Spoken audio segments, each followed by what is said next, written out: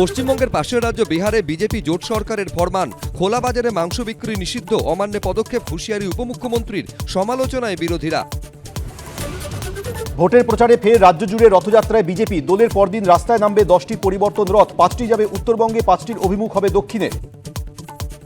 ভরসা ভাতাই, শহর ও জেলায় জেলায় আজও বেকার ভাতার লম্বা লাইন। একটু তো দরকার আছে, কিছু পাওয়ার থেকে না পাওয়ার থেকে কিছু পাওয়া ভালো। আর কিছুটা হয়ে তো খারাপ তো লাগবে।